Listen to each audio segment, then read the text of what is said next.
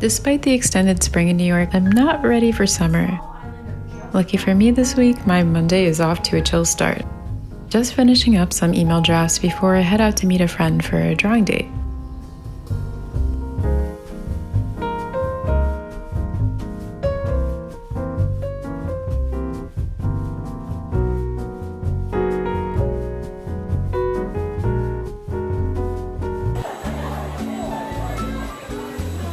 We've both been meaning to go to Rummy 43 in Manhattan, but didn't get around to it until now. It is in Midtown after all, and I'm happy to report that it lived up to the TikTok recommendations. My friend Christina is using Google Maps to go on a virtual sketch vacation to Vietnam. My phone battery is low, on the other hand, so I will be sketching the cafe.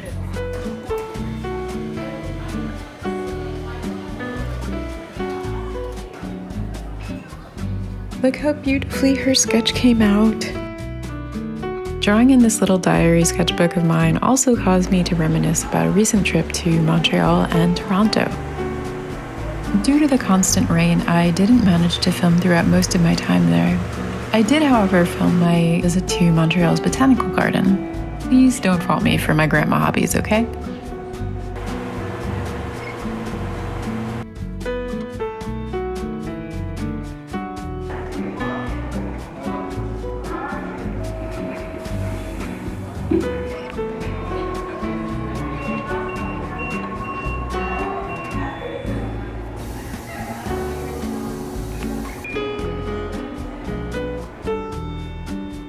I even got to see Montreal's very own Evangelion. Pretty crazy, right?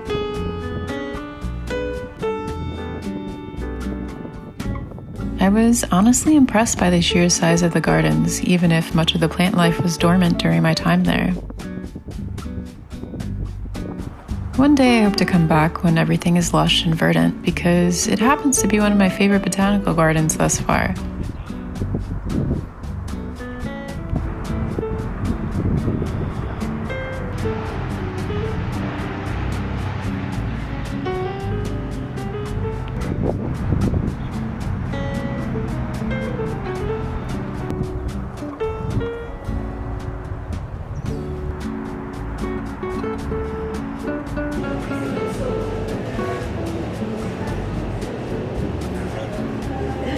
One thing that also caught my eye was the amount of gardeners scattered throughout the park.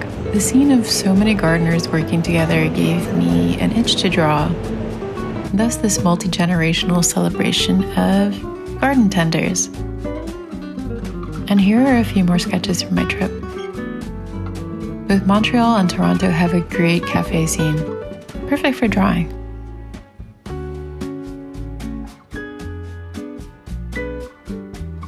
Along with a little sketch of my friend Wenting. And one last view from the top of Montreal.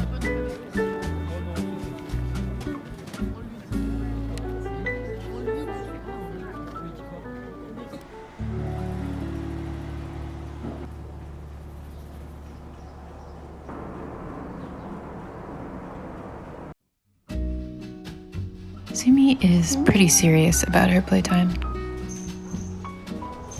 Her hunting ambitions are quite strong, and for what it's worth, I think she's going to ace the hunter exam.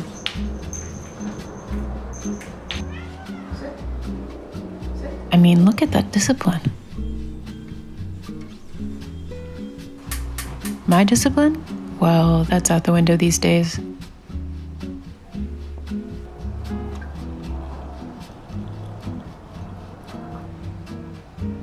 Sometimes when my feelings are ambiguous about a finished piece, as they often are, I like to put it on display for myself to evaluate throughout the day. Then I gaze at it like an old man in a museum. Still not sure how I feel about this one. Recently, a couple of friends and I decided to collectively read Ducks by Kate Beaton. It's a graphic memoir of Kate's time working in the Alberta oil fields, a topic that I previously knew next to nothing about. There's this crazy sense of the familiar, knowing what it feels like to struggle in a job you hate as a fresh grad in the creative field, and the completely foreign, working in the camps of these male-dominated oil fields.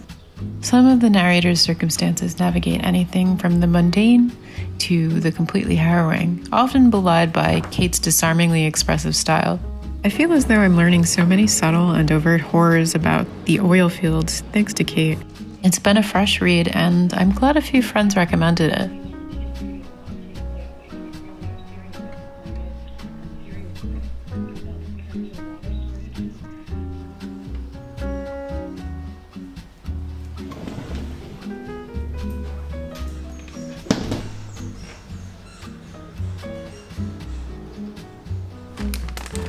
One thing I've been fiending for lately is these caramel maple corn puffs. They look weird, but I promise they taste like a waffle smothered in maple syrup and butter.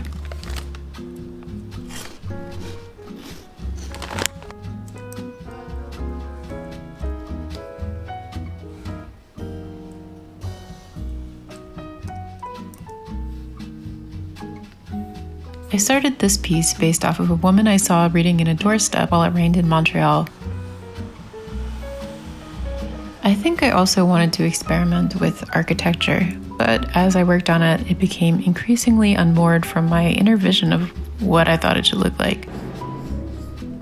For now, it remains napping on my hard drive, firmly on pause. This illustration had a similar palette, but I also got stuck with this one, and I haven't touched it for months.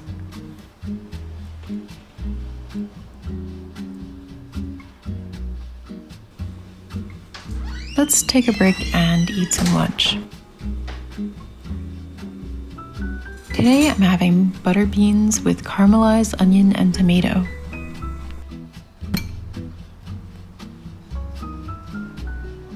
Bad for my first time cooking it. I'd eat it again in a pinch.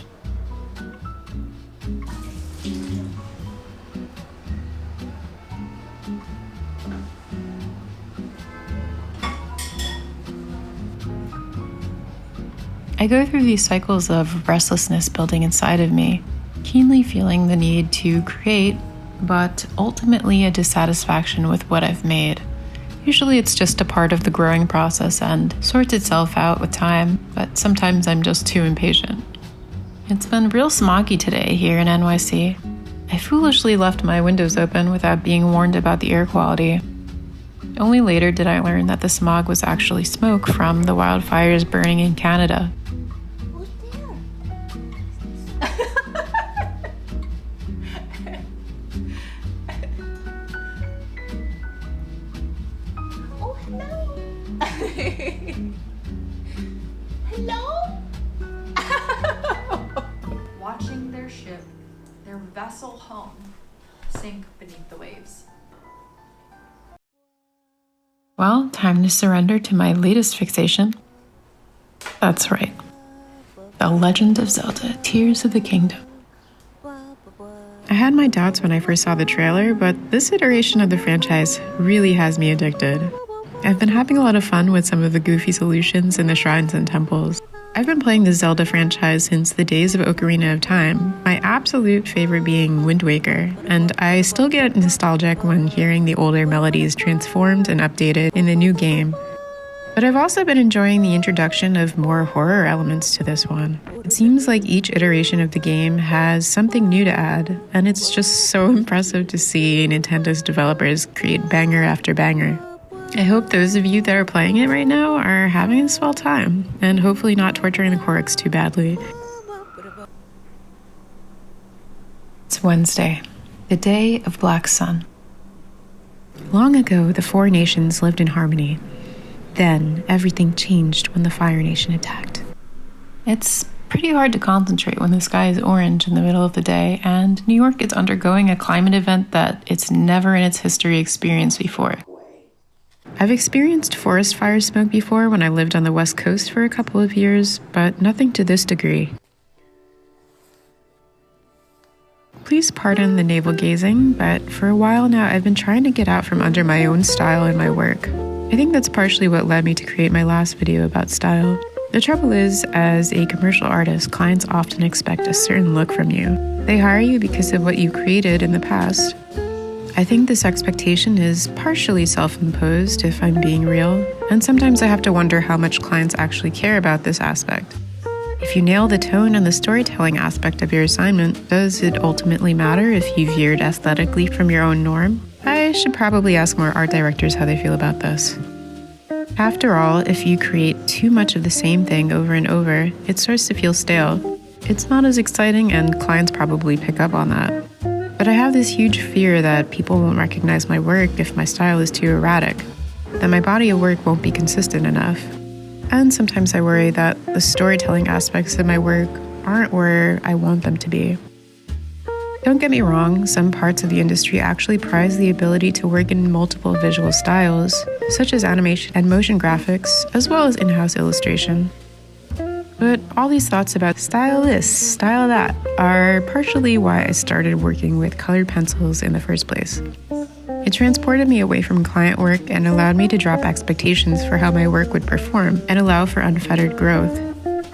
But then people on social media seemed to gravitate towards it, and the expectations to perform gripped hold of me again.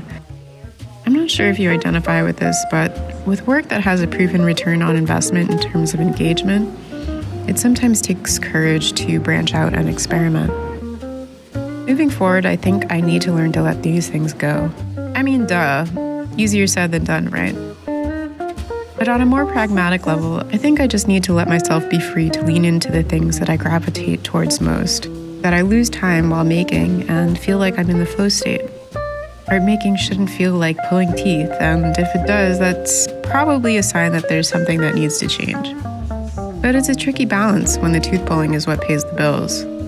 Perhaps the solution is to keep making personal work, even if it doesn't look like my client work. I can go wide in my personal work and bring some things home from each of my journeys. The most important thing is to keep making and to keep leaning into the things that I enjoy most.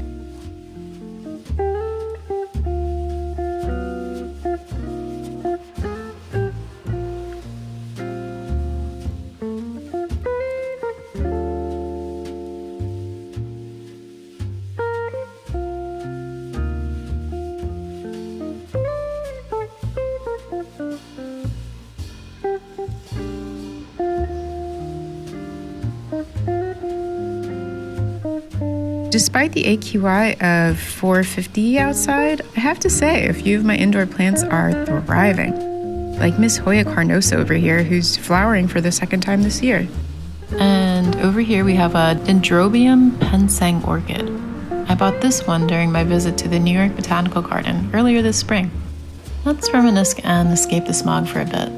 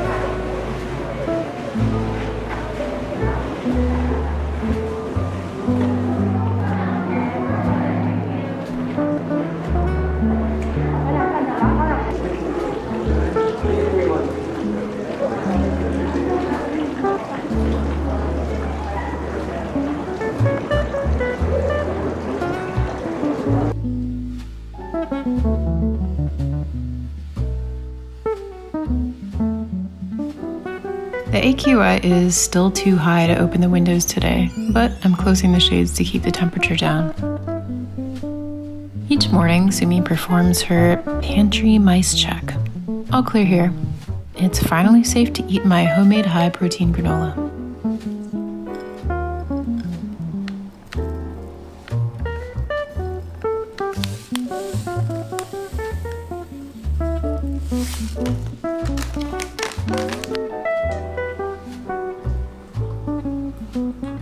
Welcome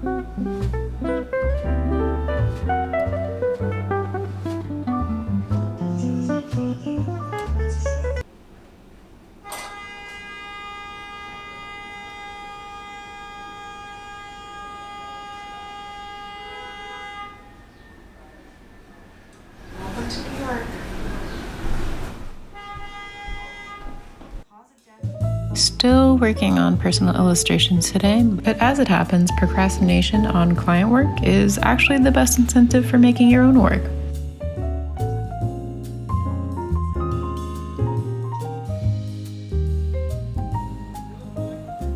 Summer days drifting away.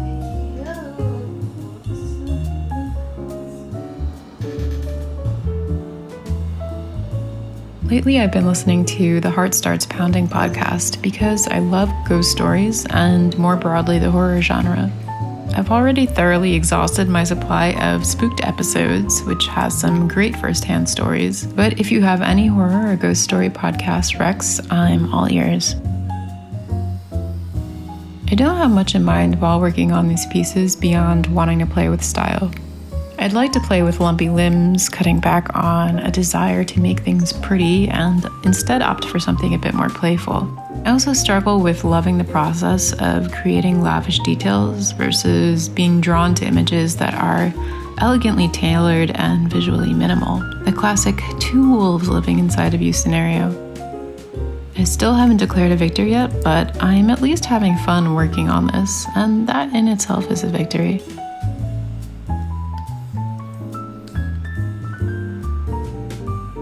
What unfolded that night was there was a shooting at the bar next door, and the gunman fled the scene and opened fire into the area that Colby and his roommate were hiding in. It wasn't targeted, it was completely random. But one of the people killed was standing in the place that the voice had told Colby to flee from. I heard Colby tell the story at an art gallery, and it sent shivers down my spine. He called the voice his intuition, but many people have another theory as to what it was. What if I told you that there are many documented accounts of people in life-threatening situations being saved by other people that only they can see and hear? I'm not talking about a gut feeling you get when something is wrong. I'm talking about a voice or A few more tweaks to this one, and she's all done. clear as day. I don't think I'll ever stop loving chartreuse. The small island of just rock, no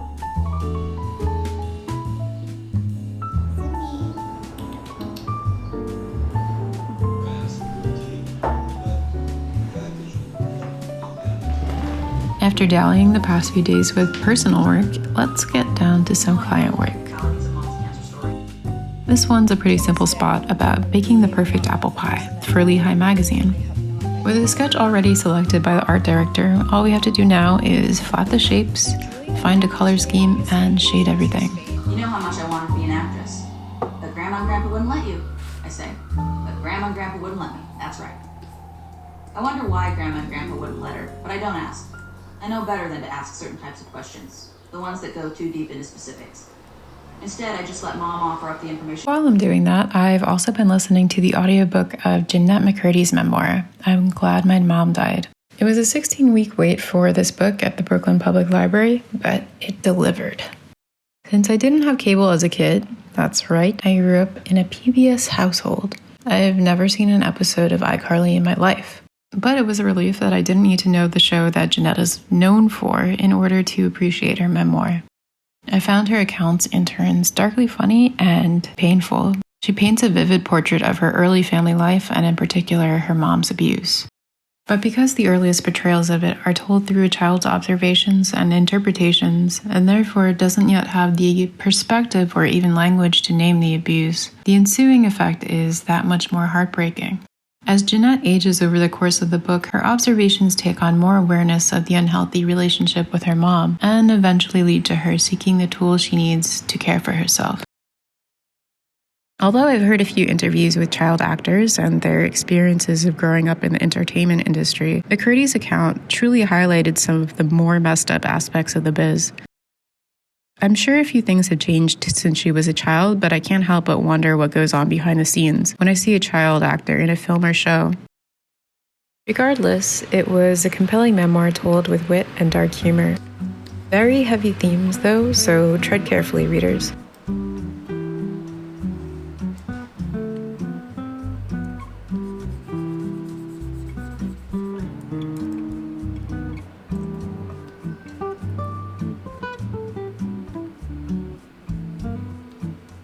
And here's how it turned out.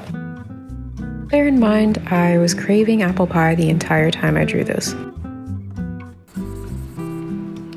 With the spot done, I'm gonna unwind with a quick photo study. This one's from a photo of Tamino Amir taken by Francisco Gomez de Villaboya.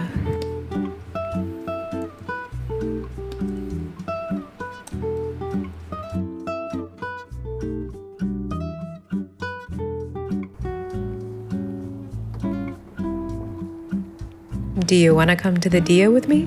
I've been to the Dia Beacon before, but today I'm headed with some friends to the Dia Chelsea. It's the much smaller cousin, so it was a pretty quick visit.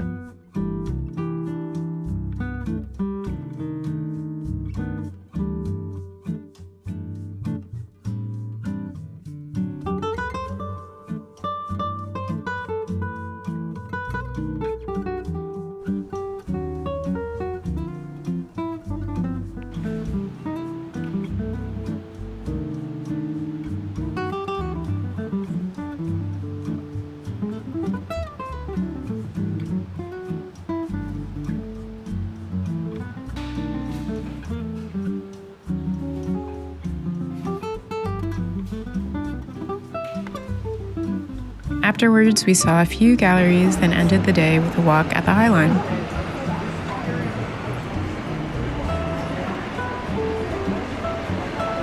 I'll leave you with a few cityscape views stewarded by some native plants before I go.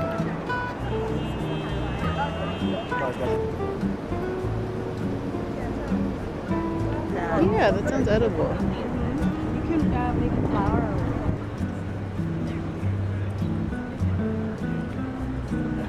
Yeah. I was